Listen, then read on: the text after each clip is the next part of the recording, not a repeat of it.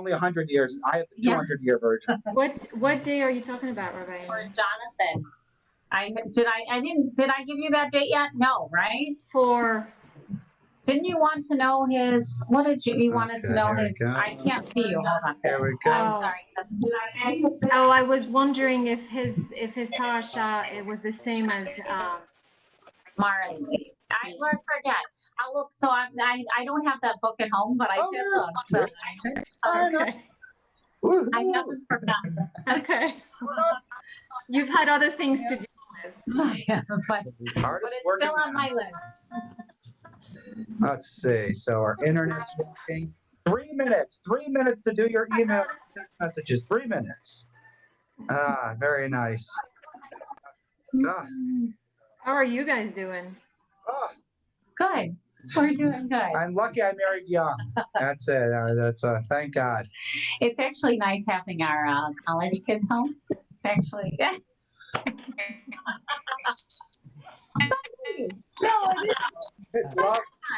Is everybody home? All 4 of them? No, we don't have Justin home. Justin is still in Asheville, North Carolina. He calls 4 times a day. Yeah. But, Justin is in Asheville, North Carolina. Asheville, North Carolina. Yeah. Yeah. Very nice. They have a great Jewish community there, actually, that he is doing all kinds of work in. Well, not at the moment, but so he's very happy. Good. Whose phone do we hear? Let's figure it out. Okay. Yeah, we're going to mute everyone anyway. 2 minutes. 2 minutes before we begin. 2 minutes. Oh, Sam, then Jill. Judy Phone. has her whole name. Okay. That's right. She has to say nice things. And Beth did work in right. the. Tim is Jill's boss. All right. There we go. Nice. Andy, where are you at? In Israel? I'm Andy, here and escape from you. Masada. I was talking about Andy Ryback is the backdrop of Israel, but Andy, it's nice to see you too. You can put the Galacticos behind you. What Andy is he talking about? Andy Ryback, he's got the Israel backdrop. Is that Masada? I don't think it's Masada. Yes, it is. You know, that's why I married a rabbi. I cheated off her in school. That's there's lots of little squares. Oh. I'm addicted to these squares. Andrew. The 3 o'clock chat thingy with the rabbi. 3 o'clock chat thing with the rabbi. That's right, Jill. We Oh, can't. yeah, see? You can hear me. Don't say anything bad. Okay, I'll be here. You know what? I'm going to mute everyone right now, so you don't have to worry. Before you said nothing bad. Okay, here it goes. I'm muting everyone except for Tim. Here we go. Mute off. And I am not going to allow participants to unmute themselves right now. Okay, yes. There you go. You're all muted except for Dr. Steinhauer. And Tim, you did tell me to take the doctor out. It's just so hard in public, you know. So can you hear us? I can hear you and I can see you. And we can hear you and see you. We have lots of little faces. I have the ability to spotlight a speaker. So what we'll do is, actually, since only the 2 of us are the ones talking, we'll spotlight anybody whenever we talk. Our little yellow light will come on. If you're new to Zoom, then you haven't been with us for the last 4 weeks. But if you're new to Zoom, the way it works is, if you have your screen on speaker view, you will only see the people speaking. So right now you should see the 2 rabbis. And when Dr. Steinhauer, I still can't do it. When Dr. Steinhauer speaks, he should have the screen and it should pop up. If you like the little faces view, that's the gallery view, and that should be in the top right-hand corner of your screen. If you're on an iPhone or something, some other device, it might take tapping on your screen or scrolling through your screen till you see lots of little faces. So there's a couple ways of doing it. You are muted. If you're trying to talk, we won't hear you. I have chat on only between you and us. So you can't send anything else to everyone. But if you have a question for Dr. Steinhauer, you can send it to me through chat. On the bottom of your screen it says chat. You can't send it by accident to anyone else. We can't hear you speaking, but we can present the question for you. So Rabbi Amy is much more in charge than I am. So I'm going to give that was the technical. I'm the technical advisor, and now Rabbi Amy's going to do some talking, and because this was her idea, which is a great one. Anyway, so we are really happy that you all are with us. Thank you so much for being with us. And Dr. Steinhauer, where'd your square go? He's up there. There you are. Okay. Thank you. We really appreciate you being with us. And this is our third Monday program with Rabbis Alex and Amy, and we're really glad you're here. So as Alex said, we'll ask a few questions, and we invite you, if you have any, please send them to us and we can ask Dr. Steinhauer on your behalf. So I thought I would start off by asking you if you could share a little bit about your journey and how you got to be the superintendent of Mount Lebanon. Well, I always start these with is all I ever wanted to be was a band director. I was wondering. And began as a musician, wanted to be a band director, became a high school band director. And then as life tends to lead you down the road, opportunities open themselves up, or I was pushed into opportunities. And here I am 32 years later. I'm the superintendent, the proud superintendent of the Mount Lebanon School District. So I've done every job from being a high school band director to being an assistant principal, a middle school principal, high school principal, assistant superintendent. And I have been so fortunate for these last 11 years to be the superintendent of Mount Lebanon. Goes fast. Thank you. Your turn? My turn. Oh my goodness. I thought you were going to do more. Okay. Well then, I can do. do one more. I wasn't ready. I thought you were going to put him on the spot with that mindful moment thing. Well, I was gonna, but I was gonna ease into it. Okay. I was gonna ease into it. Okay. Okay. Fine. So do one more question. I'll be ready next time. Okay. So tell us if you want. Oh yeah. What are some of the things that make you most proud about being the superintendent of Mount Lebanon? And by the way, we are a little biased. We have, so you know, many of our congregants live in Mount Lebanon or Upper St. Clair. It used to be more in Mount Lebanon than Upper St. Clair. I think now we have a little bit of a mix, but we are Mount Lebanon. So we are a little more partial to you anyways. But tell us what makes you most proud, would you say? Well, I don't know what I'm going to do when the Greenbaum family finally leaves. You've had 15 of them in my school, so. Worst family ever. I have to say that when Ellie graduated elementary school, she wasn't that excited, but we felt like we had graduated, I think after like 15 or 16 years straight of elementary school. So we I don't know if we hold the record, but pretty close. But go ahead, back to you. So, Mount Lebanon is a very special community. I have been so fortunate to be here, as I said, and we have a lot of great people, a lot of great families. It's a community that has always valued education. It's really put the resources behind the educational program, and we hope that we give you a return on your investment for those. Both my sons graduated from Mount Lebanon High School, and I can't think of a better experience that I would have for them. They just, they got a great education here, and both were here for most of the time. And now one has gone back to his home, and I still have one in the basement on taking classes downstairs too. So Mount Lebanon is a great place. One of the really neat things about Mount Lebanon is our neighborhood elementary schools. We are one of the only walking school districts in Allegheny County. Brentwood is the other one, and we are it. And it's really neat that we're contiguous with the Mount Lebanon municipality. And so we share the same services and the same people.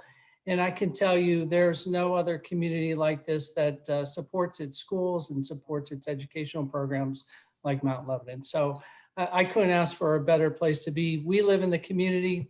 We've been here for 11 years. And I just think it's a really special place. And I think our kids get a lot from this place. Okay, well, I received 2 questions via chat. Okay. Do you have, it's a 2-parter, do you have any advice for parents during this time and any advice for students during this time? Parents and students advice from your knowledge and experience? Well, for parents, this is not the optimal learning situation for any of us. None of us expected that we'd ever be teaching school from home. And what I can tell parents is to be patient. Mhm. It's really a new endeavor for us. We went from, our strength of bringing kids into buildings, building connections with children, to now we are trying to do that via the internet and sending home information. So you have to be patient with each other. You have to be patient with your teachers as they're learning to get better at this also. And you have to be patient with your family in the meantime, because I know with 4 people in my house, we're all jockeying for space to have these video chats, and sometimes they need the piano, sometimes they don't. Sometimes somebody walks through the background. Hopefully they're always fully clothed, and all kinds of weird stuff can happen. But my advice to parents is just to be patient with the process. This isn't exactly as we had hoped it would be. We have to make the best of it. For kids, this is really a lesson in perseverance. One of the true fundamental characteristics that we want in our kids and adults is that ability to persevere. And there is no, I mean, this is a terrible situation, but from it, we will all emerge one day and we will be able to say that we persevered, and hopefully for most of us, we will learn and grow. They talk about post-traumatic growth and post-traumatic trauma, and we hope that there's more growth than there is trauma after this is over. So again, my message to everybody is to be patient. Things don't always work exactly as we hoped, but we have to be patient with each other. And particularly when families are thrown together for the first time and children are trying to do homework. Oh, here's a great one for parents. You don't have to be the super parent. It's okay for sometimes to say, okay, get away from me, leave me alone, figure out your work. It's okay to do that. It's okay to be imperfect. We are all imperfect, and we're all just trying the best that we can. So are they being patient with you, the parents and students? How are you doing? Well, for the most part, they are. We have 5,551 children. They're all at different levels of capacity to do different things, the capacity to take on more work. But what we have to remember during this time, we don't know what our children's experience is. So that means some of our students could be watching their younger siblings while both their parents are out working. Some may not always have access to the internet or to a computer or a device. Some may be helping a neighbor with things. So we're really trying to build an asynchronous model where you don't have to sit in front of the computer all day, that you can do your work, go do something else, and come back and continue to do your work. So in general, parents have been really patient with us as our teachers.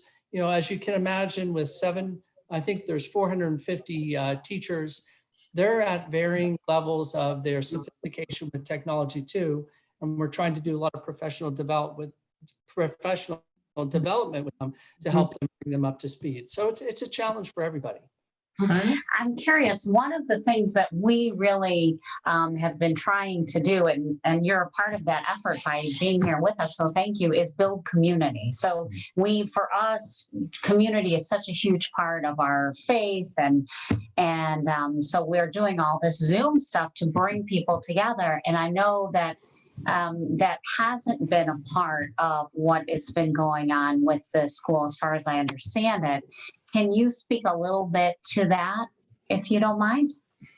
Sure. One of our challenges at the beginning was to get everybody up and running and to get information out to children. And one of my major challenges right now, and our team's major challenge, is what happens when we all come back? What type of trauma are our children going to face, and how can we build that sense of community that we lost? I mean, let's face it, Zoom and Google Chat are only so good. It's really nice to be able to interact with people, but there's nothing like that face-to-face conversation when you can sit across from each other from two chairs and really talk to kids. I was meeting with a group of seniors the other day on Zoom, and I was asking them how's schoolwork going, and they told me that in general, school's fine. They're able to manage it. They're able to figure out what they need to do. But what they really missed was those interactions between them and their teachers. And that's really the special part about education, is developing those relationships with our students, and building that sense of community. And you're absolutely right, this sense of community that we're all kind of cloistered into our homes, it's going to take a lot to overcome that. And we're thinking about that every day and what we can do on the day that we return. Thank you. You want to take? Yeah, I got a lot of questions here. So here's one interesting. Can you please review the components of distance learning initiatives? I guess the real question is, how do strategies differ by age level? How do you do a distance learning for a kindergartner versus a senior in high school? Now, we feel really bad for the seniors in high school. We were just talking about that yesterday. Yeah. Yeah, but I share your, I guess it is a sense of grief for some of our seniors. We're going to try to do the best we can to still try to do some of the celebrations and some of the special moments, but clearly like the senior reception where families come in and get to talk with their teachers, we're struggling with how to make that happen. But let's talk about differentiating for elementary kids versus middle school and high school kids. We know that our high school kids are pretty technologically savvy. They'll be able to jump right in, join video chats with their teachers. But we also know with elementary kids, think about the children we're dealing with, 5- and 6-year-old children who need a lot of direction, need a lot of interaction with. And clearly, we are not providing that level of interaction that our youngest learners need. And we're really just trying to not limp through that, but we're trying to manage and do it the best we can. We have some teachers who are knocking it out of the ballpark with some of our younger children. And it's just taking time to figure out the strategies that work with our younger kids as opposed to our older kids. So I think at the secondary level, you'll see a lot more group meetings and real-time discussions and meetings. And with our elementary kids, I think you'll see a little bit of less of that. Just because I know what we're doing with them. We're scheduling class meetings with them a couple times a week, and we're looking to boost that capacity. That requires a parent to be with them or an older sibling to be with them. And sometimes we know that's not just possible.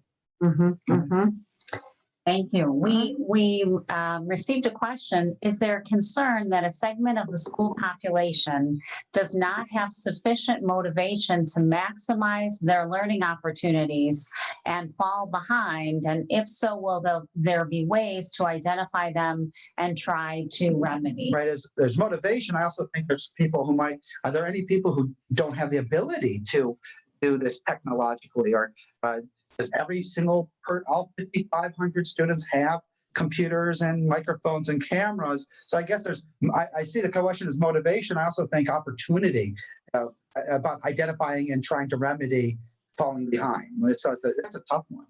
Well, clearly, motivation is an issue for our kids. We're very fortunate that we have a lot of really self-directed, self-motivated students who are, need very little pushing from teachers, but their parents.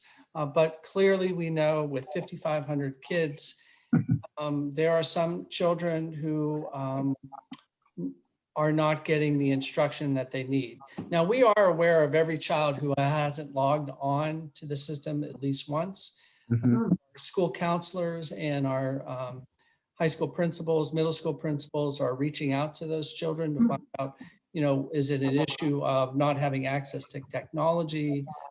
So we're trying the best we can with that, but let's be honest and frank. Yes, there are children that we are going to fall behind during this time. Now, the issue of technology, we distributed 651 Chromebooks, which are computers that connect to the internet. So we know that any family who asked for a device has one. And we also were able to distribute we purchased 40 of these MiFi, which give wireless internet access to students. We distributed 14 of those. So we go from a range of a family that every child in their house has a computer to, we had to give some of our families computers and internet access. So we think we've saturated that, but we're always willing to give more. We have 5,500 kids. We probably have 10,000 devices that we're able to distribute to students. So having a device, all you need to do is ask, and we'll make sure that that gets there.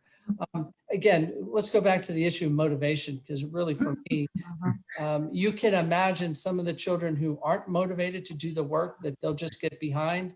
And how can we catch those students up as we start the beginning of next year? It's going to be a challenge. We're creating strategies to address that.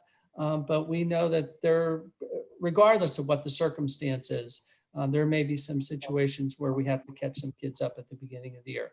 And remember, there's going to be a new set point for everybody across the Commonwealth. We've been closed most of these days.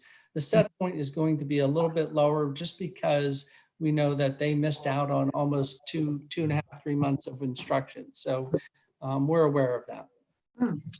So the last question, not our last question, but the most recent one on the chat is, please thank you for your morning update and mindfulness. And that was something, yes, I wanted to ask you about. I was able to watch, I'd like to watch more, but thankfully I'm still working, so I have a lot of time I'm spending working, but you are doing this mindfulness moment, which I caught, and I thought it was so wonderful. And I was wondering if you could tell us a little bit about it, perhaps what motivated you, and describe it for us, maybe do a moment or two, and then it's really a multi-part question. And then let us know how it's been received. Obviously, it's been received well by one of our members here. So great. So I started these morning updates with a mindful moment as we first kicked off the first day from home. So this is my 21st day. So we've been out of school for 21 days. So every morning at 9 o'clock, if you'd like to sit and live stream with me, you can do I give some information, whether the governor has made some decision about school being closed for the remainder of the year, or not having to take Keystone exams or things like that. Things that I think are pertinent for our families to hear about the educational program. So that was important for me to start that meeting with people. And then, this is a stressful, difficult time for a lot of people. And we know that one of the ways to address that is through contemplation or quiet or mindfulness or meditation or prayer. And so I've been offering some strategies that our kids and adults can use to address those concerns. So I do each morning, I start with an update, talk about free lunches that are available for every student in Mount Lebanon, regardless of your income. They're available every day at the high school from 11 to 1. And then I do some discussion about proper hygiene and precautions you can take. So I remind our families that there's 20 seconds of washing your hands, don't touch your face, cover your cough, social distancing, and even when we started wearing masks, the governor started recommending wearing masks. So I do those. And then I do a segment on mental health. And I talk about strategies that we can use to deal with the stress and anxiety that we all feel. It's natural for everybody. Things like eating well, sleeping well, doing things that you find interesting, talking to others, staying socially connected with people. And then I like to do a little section on mindfulness, mindful moments. And I've been happy that everybody got to meet our dog, Wishbone. So he's become a little bit of a celebrity in our community. And I even got a little puppet. This is Bob. Bob likes to breathe with us. So we know that just simple strategies like taking a breath, consciously being aware of our breath, has an impact on our parasympathetic nervous system, which calms our bodies and calms our minds. So when my mom used to yell at me and she would tell you, just take a breath, when I used to be worked up, she was absolutely right. And we use a lot of strategies to help calm kids and help parents. Even something like this. This is called a Haberman sphere. And we breathe in and we breathe out. Nice. And we breathe in and we breathe out. And so I try to give everybody strategies that they use to settle their minds and bodies. We talk about journaling. I don't know how, if you folks have time to journal, but I found every once in a while I like to sit and journal about 21 things that make me smile. What does my perfect day look like? And really the opportunity to do some of that journaling, I think, is really important to all of us. And so we've been doing that for 21 days.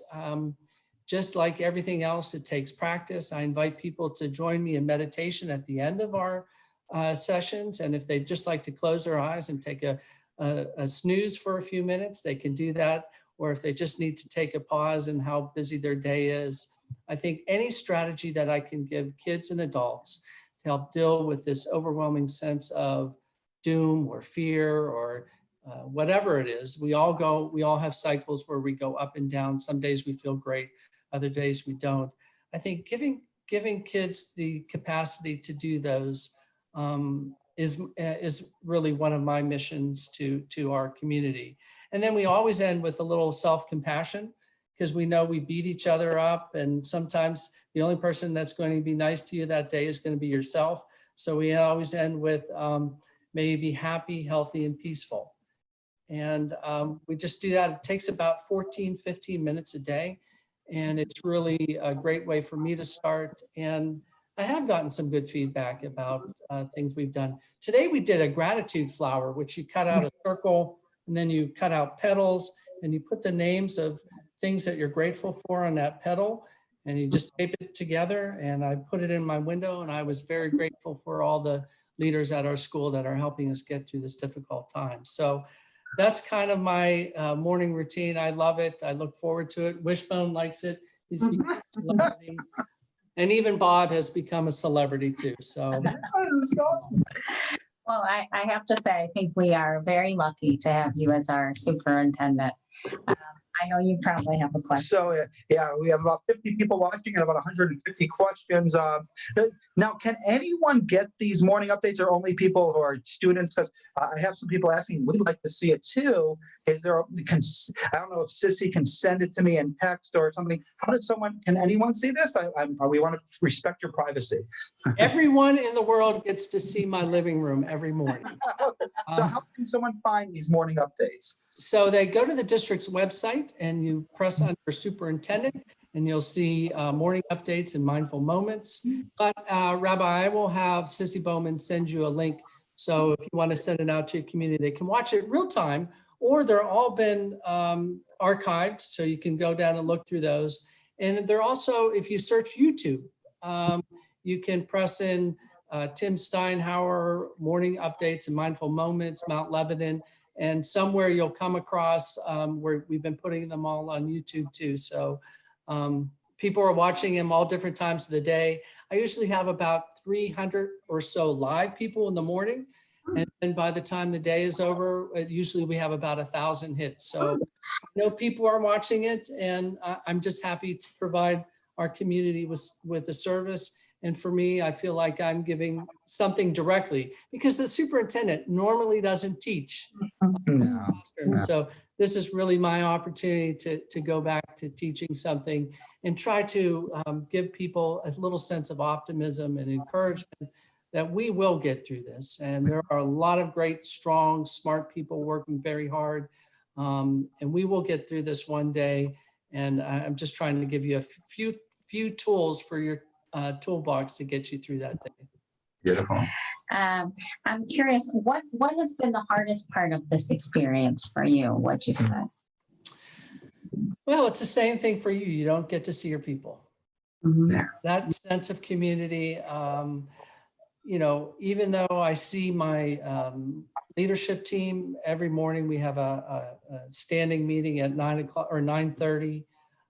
There's nothing like walking out into the hallway and just talking to them about their families, to them about what's going on in their lives. That connection I really miss. And even though Zoom and Google Meet have that capacity to do it a little bit, again, there's nothing like looking into the eyes of people that you work with and you love and you care about, and really have a conversation about this. My mom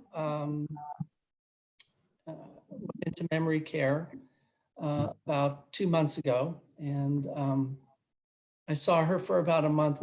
She's down in Friendship Village, and I was able to stop in and see her for that first month. And then for about the last month, I haven't been able to see her. So as you can imagine, it's been devastating for us not to be able to see her every day and talk to her. And that's the same feeling I have with being with my kids. My office is in the high school. I get down to the cafeteria every day. Not that I have meaningful conversations with the kids, but I do have a lot of interaction with the staff that are with them, and I really miss talking to the people. So that personal contact and connection has really been the hardest for me.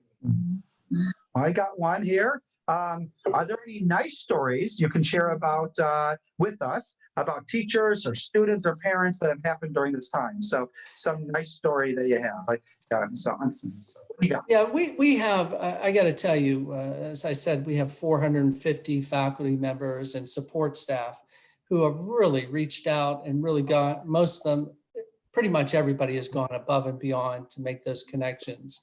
And I can tell you, it's everybody from the classroom aide, who you typically think of reaching out to your child, but we've had our classroom aides video chatting with children they've worked with.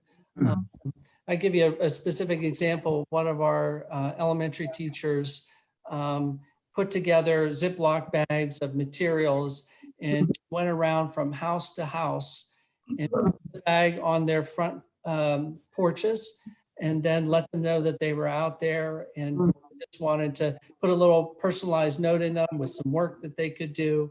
And really, that's an example of the type of people that work in Mount Lebanon that really are committed to these kids. And I hear a different story every day about people reaching out and just the joy that brings to the kids when somebody reaches out to them. So there's a million of them.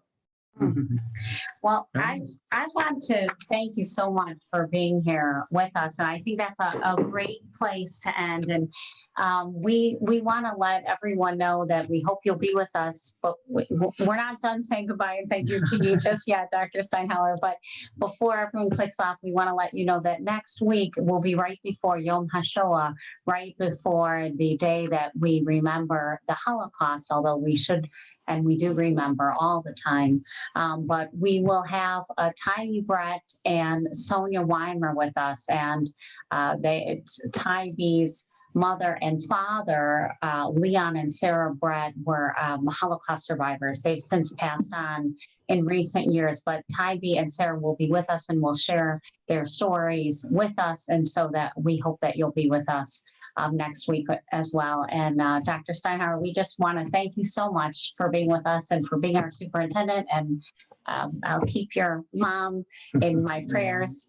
And it was just really lovely to be with you. Thank you so much. And thank you, everyone. There were a lot of questions we couldn't hit. Is there a good way for them to reach out to you?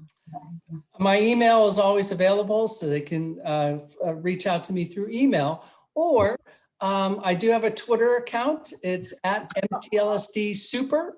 And if you follow that, you get to see Wishbone behind the scenes and anything else that I think is interesting that I think our community would like to see. So reach out to me both ways. Wonderful. Wonderful. Well, thank you, everyone. I'm going to unmute you if you want to say hello to each other. It's going to get a little chaotic. And Dr. Steinhauer and Sissy, you're allowed to go back to work. And thank you. I don't have 5,500 people, so God bless you for joining us. Thank you. Thank you. Thank you. Thank you.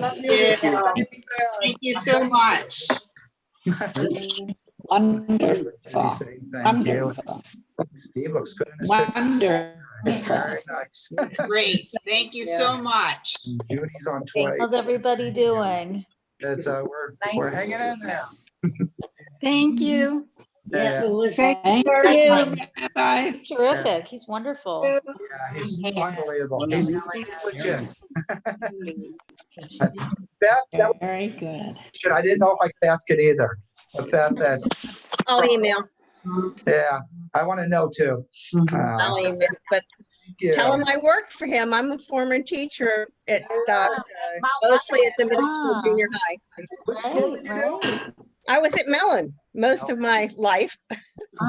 Were you there when he was there, or had you retired? Already retired. Okay.